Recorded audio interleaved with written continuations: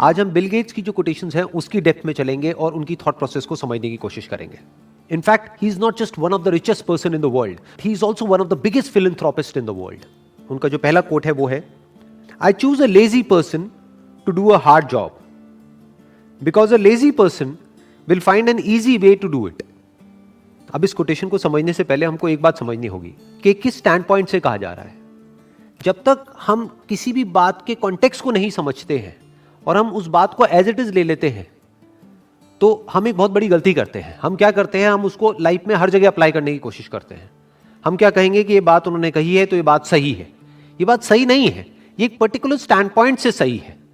ये basically computer software के point of view से कह रहे हैं तो उस स्टैंड पॉइंट से ये बात बिल्कुल सही है. लेकिन अगर इस बात को किसी और फील्ड में अप्लाई किया जाएगा तो ये बात गलत है. फॉर एग्जाम्पल, कोई चार्टर्ड अकाउंटेंट है और उसको ऑडिट करना है किसी कंपनी में जा करके, तो उस ऑडिट को करने की कुछ गाइडलाइंस है जिसको फॉलो करना है. उसके अकॉर्डिंग एक ऑडिट की रिपोर्ट बनानी है. लेकिन अगर वो आदमी आलसी हुआ तो वो ढंग से ऑडिट ही नहीं करेगा, तो जो फाइनेंशियल्स में गलतियां हैं उसको वो पकड़ ही नहीं पाएगा.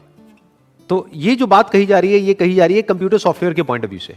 फॉर एग्जाम्पल, एक तरह की एक सर्च क्वेरी है जिसके ऊपर काम किया जा रहा है. तो सर्च क्वेरी को एग्जीक्यूट करने के लिए अगर वो एक कॉम्प्लिकेटेड सर्च क्वेरी है तो हो सकता है कोई बंदा है उसने 1000 लाइन का कोड लिखा है. लेकिन अगर कोई आलसी आदमी होगा तो वो क्या कहेगा कि यार क्या 1000 लाइन का कोड लिखना, उसी को वो हो सकता है 10 लाइन में लिख दे. तो जितना शॉर्ट कोड होता है, जितना सिंपल होता है, उतना बेटर होता है. तो सॉफ्टवेयर के पॉइंट ऑफ व्यू से ये बात बिल्कुल सही है. आईटी फील्ड के पॉइंट ऑफ व्यू से ये बात बिल्कुल सही है. वो पर्सन क्या करेगा, वो एक शॉर्टकट निकाल लेगा उसी क्वेरी को एग्जीक्यूट करने के लिए. यानी वो कॉम्प्लिकेटेड से कॉम्प्लिकेटेड काम को भी आसान बना देगा. शॉर्ट में कोडिंग करके काम खत्म कर देगा. कोडिंग क्या है, एक लैंग्वेज है, कंप्यूटर की लैंग्वेज है, जैसे हम लोगों की अपनी एक लैंग्वेज होती है.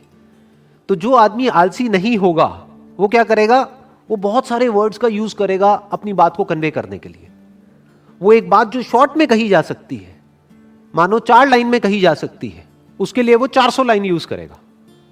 वो कई घंटे लगा देगा उस बात को कहने में. लेकिन जो बंदा आलसी होगा वो 1 लाइन कहेगा, लेकिन उस 1 लाइन में वो पूरी की पूरी बात सम अप हो जाएगी. बिल्कुल इसी तरह से कंप्यूटर की जो लैंग्वेज है, जिसको सॉफ्टवेयर बोलते हैं, जिसको कोडिंग बोलते हैं, उसमें ये बात 100% ठीक है. उसमें ये बात बिल्कुल परफेक्टली फिट होती है. तो कुछ फील्ड्स में ये बात फिट होती है, कुछ में नहीं होती है. इनफैक्ट दुनिया की हर बात ऐसी ही होती है. तो यहां से सिर्फ हमको ये नहीं सीखना है कि ये क्या कह रहे हैं, एक और बात सीखनी है कि हर बात हर जगह पे फिट नहीं होती है. चाहे वो किसी भी पर्सन ने कही हो, चाहे वो पर्सन किसी भी लेवल पे हो. हर बात का पहले स्टैंड पॉइंट समझना होता है, फिर देखना होता है कि वो बात किस एंगल से कही जा रही है, फिर उसको समझना होता है. Next quote is, if you are born poor it's not your mistake, but if you die poor it's your mistake. हम कहां पर पैदा होते हैं वो तो हमारे हाथ में है ही नहीं. जब हमारे हाथ में नहीं है तो इसमें हमारी कोई गलती भी नहीं है. But if you die poor it's your mistake, कि अगर हम गरीब मरते हैं तो वो हमारी गलती है. गलती क्या है इसके अंदर, आराम से समझते हैं, थोड़ा सा डीपली समझने की कोशिश करते हैं कि इट्स योर मिस्टेक, बट इसमें गलती क्या है. हो सकता है वो एक गरीब घर में पैदा हुआ और पूरी जिंदगी उसने बहुत मेहनत करी, लेकिन उसके बाद भी एंड तक वो गरीब ही रहा. तो इसमें उसने गलती क्या करी, उसने तो बहुत मेहनत करी, बहुत हार्डवर्क किया, उसने कोशिश करी, फिर भी वो गरीब ही रहा. तो इसमें गलती क्या थी, उसने सीखने की कोशिश नहीं करी उन लोगों से जो ऑलरेडी अमीर थे या अमीर है, कि अमीर कैसे होते हैं. बस ये गलती करी और कोई गलती नहीं करी. इंसान के पास में एक पावर है जो जानवरों के पास में नहीं है. वो पावर क्या है, the power of thought, the power of thinking, the power of learning. कि इंसान सीख सकता है. किससे सीख सकता है, दूसरों से सीख सकता है. दूसरों की गलतियों से भी सीख सकता है और दूसरों ने जो सही किया उससे भी सीख सकता है. तो अगर इंसान ये ही ना करे, वो सिर्फ इतना सा ना करे, यानी कि वो सीखे नहीं और खुद ही पूरी जिंदगी सिर्फ मेहनत करता रहे, ये उसकी गलती है. क्योंकि किसी भी काम को करने के 2 तरीके होते हैं. एक ये कि आप खुद गलतियां करो और उससे सीखो, जिसको आप हार्डवर्क कह सकते हो. दूसरा कि दूसरे जो गलतियां कर चुके हैं उससे आप पहले ही सीख जाओ और वो गलतियां ना करो, और जो उन्होंने सही किया वो करो. तो इसको स्मार्ट वर्क कहते हैं. अब क्यों नहीं सीखते हैं लोग, कभी सोचा है, कभी समझने की कोशिश करी है, लोग ये क्यों नहीं सीखते कि अमीर कैसे होते हैं. नंबर 1, कहीं पर भी ये सिखाया नहीं जाता है. अगर कोई गरीब घर में पैदा हुआ है तो उसको यह नहीं सिखाया जाएगा कि अमीर कैसे होते हैं, उसको यह सिखाया जाएगा कि गरीबी में जीते कैसे हैं, गरीबी में एडजस्ट कैसे करते हैं, गरीबी में गुजारा कैसे करते हैं। और उसको जितने भी डायलॉग सुनने को मिलेंगे सुबह से रात तक, वो सारे ऐसे ही होंगे जो इसी बात को और पक्का करते चले जाएंगे और रीइंफोर्स करते चले जाएंगे कि जितनी चादर है उतने ही पैर फैलाओ। मतलब क्या कि अगर आप गरीब हो तो गरीबी में ही गुजारा करना सीखो, अपनी चादर को बड़ा मत करो, हवा में मत उड़ो, अपने पैर हमेशा जमीन पर रखो, बड़े बड़े सपने मत देखो। कोई भी आदमी अमीर या गरीब बाद में होता है बाहर की दुनिया में, पहले वो अंदर अमीर या गरीब होता है। इनफैक्ट किसी का भी आप एग्जाम्पल उठा करके देख लो जो बिल्कुल ही एक नीचे के लेवल से उठ करके पता नहीं कहां किस लेवल पे गया है। फॉर एग्जाम्पल धीरूभाई अंबानी, उनकी अगर आप स्टार्टिंग देखोगे तो बहुत ही एक छोटे लेवल से उन्होंने अपने करियर की शुरुआत करी थी, लेकिन उसको पता नहीं कहां का कहां ले गए। वो बाद में अमीर हुए, लेकिन पहले ही अपनी सोच के लेवल पे वो अमीर थे। यानी पहले वो सोच के लेवल पर अमीर हुए, बाद में बाहर अमीर हुए। ऐसा ही सबके साथ होता है, पहले हम अंदर से अमीर होते हैं, बाद में बाहर अमीर होते हैं। अब अंदर से अमीर कैसे होते हैं और अंदर से गरीब कैसे होते हैं? अगर अंदर ऐसे थॉट्स हमारे माइंड में जाएंगे जिसको हम एक्सेप्ट कर लेंगे, जो थॉट्स हमको आगे नहीं बढ़ने देते हैं, तो वो हमको गरीबी की तरफ ले जाएंगे। और कुछ ऐसे थॉट्स होते हैं जहां से आपका दिमाग खुलता है और आप कहते हो कि अच्छा ये पॉसिबल है कि ये आदमी मेरे से भी एक नीचे वाले लेवल से उठ करके इस लेवल पे पहुंच गया, इसका मतलब इसके लिए पॉसिबल है तो मेरे लिए भी पॉसिबल है। तो ये थॉट्स आपको अमीरी की तरफ ले जाते हैं at the level of your thought. अब पहले आदमी यहां अमीर होता है, बाद में बाहर अमीर होता है। बिल्कुल इसी तरह से जैसे पहले यहां गरीब होता है, बाद में बाहर गरीब होता है। तो ये गलती करी उस इंसान ने, उसको सीखना चाहिए था, उसको कुछ बुक्स पढ़नी चाहिए थी। फॉर एग्जाम्पल एक बुक है think and grow rich by Napoleon Hill. ये बुक कैसे लिखी गई थी? आज से बहुत साल पहले लिखी गई थी।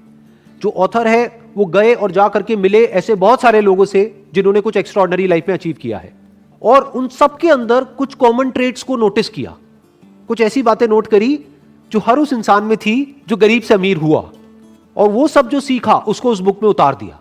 कई साल लगे उनको ये रिसर्च करने में और ये बुक को लिखने में, और कुछ घंटे लगने थे ये बुक पढ़ने के लिए, लेकिन 99% लोग नहीं पढ़ते। ये गलती उन्होंने करी, ये जो बुक नहीं पढ़ी ये गलती करी, क्योंकि वो खुद जा करके नहीं मिल सकते उन लोगों से जिन्होंने कुछ एक्स्ट्राऑर्डिनरी अचीव किया है, क्योंकि उनके घर के अंदर भी नहीं घुसने दिया जाएगा उन लोगों को, क्योंकि अभी उन्होंने कुछ अचीव नहीं किया है। ये बात सच है, लेकिन उनकी बुक तो पढ़ सकते हैं। सोचो, उस बुक से तो सीख सकते हैं। डायरेक्टली उन लोगों से नहीं मिल सकते जो दुनिया के सबसे अमीर लोग हैं, बट इनडायरेक्टली इस बुक के थ्रू तो मिल सकते हैं, उनकी थिंकिंग को समझ सकते हैं। सिर्फ यही नहीं कि एक आदमी की थिंकिंग कैसी है, ये कि ऐसे बहुत सारे लोगों की थिंकिंग में क्या कॉमन है वही तो समझना जरूरी है ना। एक्सेप्शंस को समझना जरूरी नहीं है। एक्सेप्शंस को समझने का मतलब क्या कि किसी आदमी की लॉटरी लग गई और वो अमीर हो गया, उसकी बात नहीं करी जा रही इस बुक में। क्या बात करी जा रही है? बिल्कुल ही एक नीचे के लेवल से शुरू किया और पता नहीं कहां पहुंच गए, ये कहा जा रहा है उस बुक में। ऐसी और भी बहुत सारी बुक्स हैं जो लिखी जा चुकी है। अगर कोई आदमी इन सारी बुक्स को पढ़े तो एक बात तो पक्की है, ये पक्का नहीं है कि वो अमीर होगा या नहीं होगा, एक बात तो पक्की है कि उसकी थिंकिंग चेंज होगी, इसमें तो कोई डाउट ही नहीं है ना। अंदर से उसकी थॉट प्रोसेस चेंज हो जाएगी, and you can say that half of the job is done once the thought process is changed. आधा काम हो गया, अब बाकी आधा काम उसको खुद करना है। यानी सिर्फ थिंकिंग से भी तो कुछ नहीं होता है ना। ये बुक को पढ़ लिया, ठीक है, थिंकिंग के लेवल पे वो पता नहीं क्या बन गया, बट प्रैक्टिकली तो एक्शंस लेने ही पड़ेंगे ना। प्रैक्टिकली रिस्क लेना पड़ेगा, प्रैक्टिकली बहुत कुछ करना पड़ेगा, वो तो उसी को करना है। बट दोनों का अपना रोल है, बिना एक के दूसरा नहीं हो सकता। नॉलेज तभी काम की है जब उसको एक्शन में लाया जाए। तो सीखा तो सही, लेकिन उसको प्रैक्टिकली लाइफ में अप्लाई नहीं किया, ये दूसरी गलती। तीसरी गलती, अप्लाई भी किया, यानी जो सीखा उसको प्रैक्टिकली अप्लाई भी किया, लेकिन जब अप्लाई किया तो नहीं सीखा कि अप्लाई कैसे करते हैं। दो चीजें सीखनी पड़ेंगी। एक, थिंकिंग के लेवल पे पहले आपको अमीर होना होगा, यानी पॉसिबिलिटीज को देखना होगा। दूसरा कि प्रैक्टिकली एक काम को कैसे करते हैं, तो उसके लिए आपको अलग तरह की बुक्स चाहिए। उसमें ये बुक काम नहीं आएगी, थिंक एंड ग्रो रिच। ये बुक कहां पर काम आएगी? आपकी थिंकिंग को एक्सपैंड करने के लिए, कि अभी जो आपकी थिंकिंग में ये बैठा हुआ है बचपन से, जैसे एनवायरनमेंट में आप बड़े हुए हो, कि मैं कुछ नहीं कर सकता, कि आपकी थिंकिंग में ये आने लग जाएगा कि नहीं, जब इतने लोग कर सकते हैं तो मैं भी कर सकता हूं। आपके अंदर से ये आने लग जाएगा, जो बहुत इंपॉर्टेंट है। लेकिन इसका मतलब ये नहीं है कि आप कुछ भी कर सकते हो। जो करना है वो सीखना तो पड़ेगा ना। तो अब अगर प्रैक्टिकली आपको कोई काम करना है तो उसके लिए अलग तरह की बुक्स हैं। जैसे थिंक एंड ग्रो रिच आपको मार्केटिंग नहीं सिखाएगी कि मार्केटिंग कैसे करते हैं। अरे तो मार्केटिंग तो सीखो। मार्केटिंग के लिए एक अलग बुक है, that is marketing management by Philip Kotler for example. और ऐसी मार्केटिंग के ऊपर और बहुत सारी बुक्स हैं।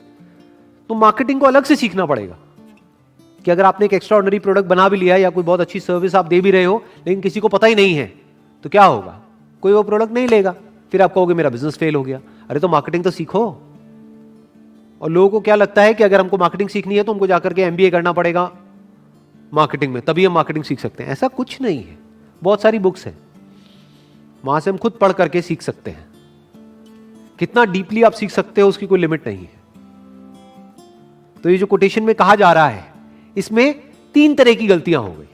पहली गलती कि सीखना ही नहीं, दूसरी गलती कि सीखना लेकिन कभी भी एक्शन नहीं लेना, तीसरी गलती एक्शन तो लेना लेकिन वो एक्शन गलत डायरेक्शन में है, बिना सीखे एक्शन लेना, या जिस फील्ड में आप एक्शन ले रहे हो उस फील्ड को बारीकी से ना समझना, ये गलती हो गई। Next quote is, as we look ahead into the next century, leaders will be those who empower others. क्यों कहा जा रहा है ये? बिकॉज अब हम इंफॉर्मेशन एज में एंटर कर चुके हैं। Information age is all about empowering others in one way और द अदर। ध्यान से देख लो, जो भी मार्केट लीडर्स हैं आज की डेट में वर्ल्ड वाइड, वो क्या कर रहे हैं? वो दूसरों को एम्पावर कर रहे हैं। What is Google doing? Google is empowering you. हम जो चाहे, जब चाहे, जहां चाहे वहां पर वो सर्च कर सकते हैं। तो गूगल ने क्या किया? हमको एम्पावर कर दिया कि हम किसी भी इंफॉर्मेशन को कहीं भी बैठे बैठे कभी भी एक्सेस कर सकते हैं। ये मोबाइल फोन क्या कर रहा है, स्मार्टफोन क्या कर रहा है? हमको एम्पावर कर रहा है। सोशल मीडिया क्या कर रहा है? हमको एम्पावर कर रहा है कि हम ऑनलाइन सबसे कनेक्ट कर सकते हैं, पूरी दुनिया से कनेक्ट कर सकते हैं। सोशल मीडिया ने क्या किया है? हर एक के हाथ में पावर दे दी है। कोई भी अब बैठे बैठे कहीं से भी मोबाइल में कुछ भी रिकॉर्ड करके अपनी बात को कह सकता है पूरी दुनिया से। तो एक वे में क्या किया सोशल मीडिया ने? एम्पावर कर दिया हर इंडिविजुअल को, सिर्फ कुछ इंडिविजुअल्स को नहीं। आज से 100 साल पीछे अगर हम चले जाएं तो लीडर का मतलब क्या था? जिसके पास में पावर हो, और सिर्फ कुछ लोगों के हाथ में वो पावर थी, बाकी लोग पावरलेस थे। आज हर एक के हाथ में पावर है, हर एक के हाथ में मोबाइल फोन है, तो कोई भी अपनी बात कह सकता है। और अगर उस बात में दम है तो वो बात पूरी दुनिया तक पहुंच सकती है, और पहुंच ही रही है बहुत लोगों की बातें। तो हुआ क्या है? एक इंडिविजुअल एम्पावर्ड हो गया है। आज सिर्फ कुछ सिलेक्टेड लोग नहीं है जिनके हाथ में पावर हो, हर एक के हाथ में पावर है। तो इस इंफॉर्मेशन एज में क्या किया जा रहा है? एम्पावर किया जा रहा है लोगों को। पहले के टाइम में क्या होता था कि ये कंपनी है, अब आप अपने आप को बदलो अगर आपको उसके प्रोडक्ट को यूज करना है तो। ये थी इंडस्ट्रियल एज कि ये हमने गाड़ी बना दी, अगर आप इस गाड़ी को चलाना चाहते हो तो अपने आप को चेंज करो इस गाड़ी के अकॉर्डिंग। वो गाड़ी को उस पर्सन के अकॉर्डिंग चेंज नहीं करेंगे। बट फ्यूचर क्या है? सब कुछ आपके हिसाब से होगा, एक इंडिविजुअल के हिसाब से होगा। Now individual is at the centre, और उस इंडिविजुअल के हिसाब से सब कुछ कस्टमाइज किया जा रहा है। इसको इंफॉर्मेशन एज बोलते हैं। ध्यान से समझो, हम गूगल के अकॉर्डिंग नहीं चल रहे हैं, गूगल हमारे अकॉर्डिंग चल रहा है। जो हमें चाहिए गूगल वो दे रहा है, और किसे चाहिए? हर इंसान को अलग अलग चाहिए, तो हर इंसान को अलग अलग चीजें दे रहा है गूगल, चाहे वो गूगल हो, चाहे फेसबुक हो, चाहे कोई भी हो। It's all about empowering an individual, a person. यानी अब जो अगले 100 साल होंगे उसमें सबसे बड़ा चैलेंज क्या होगा कि मेरा जो प्रोडक्ट है, जो मास कंजम्पशन के लिए है, क्या मैं उसको कस्टमाइज कर सकता हूं इंडिविजुअल्स के अकॉर्डिंग या रीजन्स के अकॉर्डिंग? ये अब आने वाला टाइम है। Amazon जो इतना सक्सेसफुल हुआ, क्यों हुआ? उसके पीछे रीजन क्या है? और सिर्फ इंडिया में नहीं, पूरे वर्ल्ड में क्यों हुआ? उसने यही किया जिसकी अभी मैं बात कर रहा हूं। उसने कस्टमर से पूछा आपको क्या चाहिए? कस्टमर ने कहा मुझे तो सेम डे डिलीवरी चाहिए। अब अगर Amazon चाहता तो ये भी बोल सकता था कि सेम डे तो पॉसिबल ही नहीं है, 1-2 लोग होते तो मैं डिलीवर कर देता। ये तो लाखों करोड़ों लोग हैं, करोड़ों लोगों को मैं सेम डे डिलीवरी कैसे कर सकता हूं? बट Amazon ने खुद को पूरी तरह से बदल दिया, अपने डिस्ट्रीब्यूशन सिस्टम को पूरी तरीके से बदल दिया, बेस्ड अपॉन कि इंडिविजुअल्स को क्या चाहिए, कस्टमर को क्या चाहिए। कस्टमर ने कहा सेम डे डिलीवरी, उसने कहा लो जी सेम डे डिलीवरी। अगर दूसरे वे में देखा जाए तो उसने क्या किया, उसने एम्पावर कर दिया कस्टमर्स को। तो फ्यूचर में क्या होगा, technology is going to be more and more personal. Future में सब कुछ पर्सनलाइज्ड होगा। आपको क्या चाहिए आप बताओ, वो आपको मिलेगा। सिर्फ सर्विसेज में नहीं, सिर्फ इंफॉर्मेशन में नहीं, यहां तक कि प्रोडक्ट्स में भी सब कुछ कस्टमाइज हो जाएगा फ्यूचर में। जैसे फॉर एग्जांपल आप गाड़ी खरीदने जाते हो तो आज क्या होता है, आज उसकी कैटलॉग होती है जिसमें कुछ कलर के ऑप्शंस होते हैं कि ये 10 कलर के ऑप्शंस है, आप बताओ आपको इसमें से कौन सा चाहिए। ये आज हो रहा है, लेकिन आने वाले 100 साल बाद ऐसा नहीं होगा। 100 साल बाद क्या होगा, या 50 साल बाद भी क्या होगा, आपसे पूछा जाएगा बताओ आपको क्या चाहिए।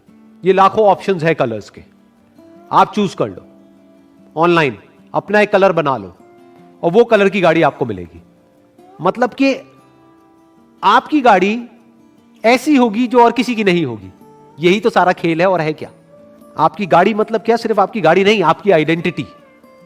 It's not your car, it's you.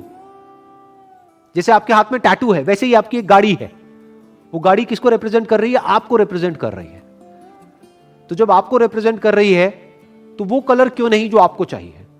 तो अगर इस तरह से कोई कंपनी सोचने लग जाए तो उसको मार्केट लीडर बनने में कितनी देर लगेगी, सोचो। तो आने वाले 100 साल बाद ऐसे ही होंगे मार्केट लीडर्स, जो इस तरह से सोच रहे होंगे जिस तरह से अभी हम सोच रहे हैं।